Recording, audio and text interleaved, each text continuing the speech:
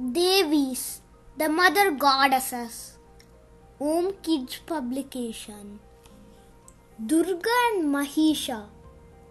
Mahisha was a very evil and fierce demon. He performed a severe penance to please Lord Brahma. When Lord Brahma finally appeared before him, Mahisha said, "Lord, please grant me immortality." Everyone who is born has to die. You cannot be granted immortality. Choose any other boon and I will be pleased to grant it, said Lord Brahma. Mahisha thought for a minute. Then he came up with a clever boon. If I have to die, let it be at the hands of a woman, he said. So be it, said Brahma and disappeared. How can any woman overpower my strength and valor? Thought Mahisha, and rejoiced that he had become almost immortal. His evil designs knew no bounds. He gathered his army of demons and marched to Amaravati, capital of the gods. "Charge!" roared Mahisha. "Your attempts to subdue Amaravati have always been foiled," said Indra. "But this time I will not be defeated," said Mahisha and charged at the gods. There was a fierce battle between the gods and the demons, and true to his words, the gods were driven out of the heavens by the demons.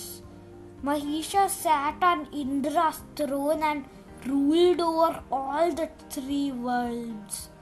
The demons continued with their evil ways by destroying the penance of the sages. They tormented the people on earth who would pray to any god. "Mahisha is the only god you should know," they shouted and hit the men praying in the temples. Unable to bear Mahisha and his army's ways, everyone rushed to Mount Kailash, the abode of Lord Shiva. "Lord, only you can save us from the evil demon Mahisha," pleaded the gods. Brahma and Vishnu were also present at Kailash, hearing the desperate pleas of the gods. Suddenly, there was a flash of light from all three of them. The light joined to produce a lady with 1,000 arms. "Rise, Mother Durga," said Lord Shiva. "She will free you from the torment of the demons," said Lord Vishnu. "Oh goddess, your arrival brings us a new hope," said the gods, welcoming Goddess Durga. Shiva created a trident from his own and gifted it to her.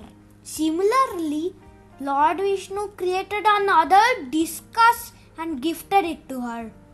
Indra gave her the thunderbolt and Brahma gifted her with a necklace with sacred beads.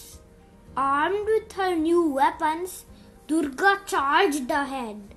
"Mahisha, I will find you wherever you are and kill you," roared Durga. Seated on her vehicle, the lion, Durga charged towards Mahisha's palace. The mountains shook and the seas trembled as she travelled.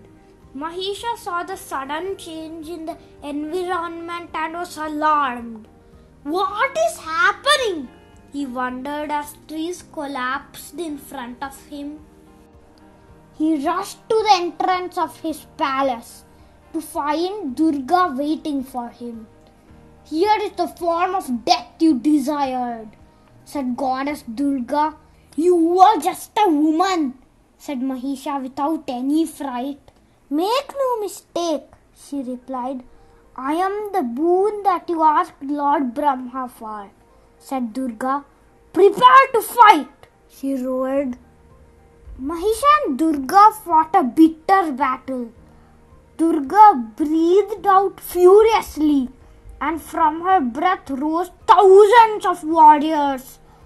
They charged at Mahisha's army. Mahisha was furious. "I will kill her and her army," he screamed and charged at her, turning into a buffalo.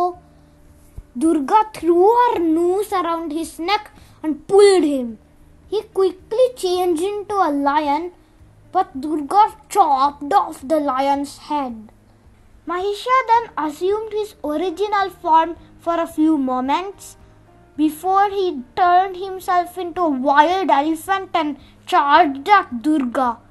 But the goddess was very quick and chopped off the elephant's trunk. Seething with fury, Mahisha again assumed the form of a wild buffalo, but this time Durga jumped from her lion onto the buffalo's body and trampled Mahisha with her foot.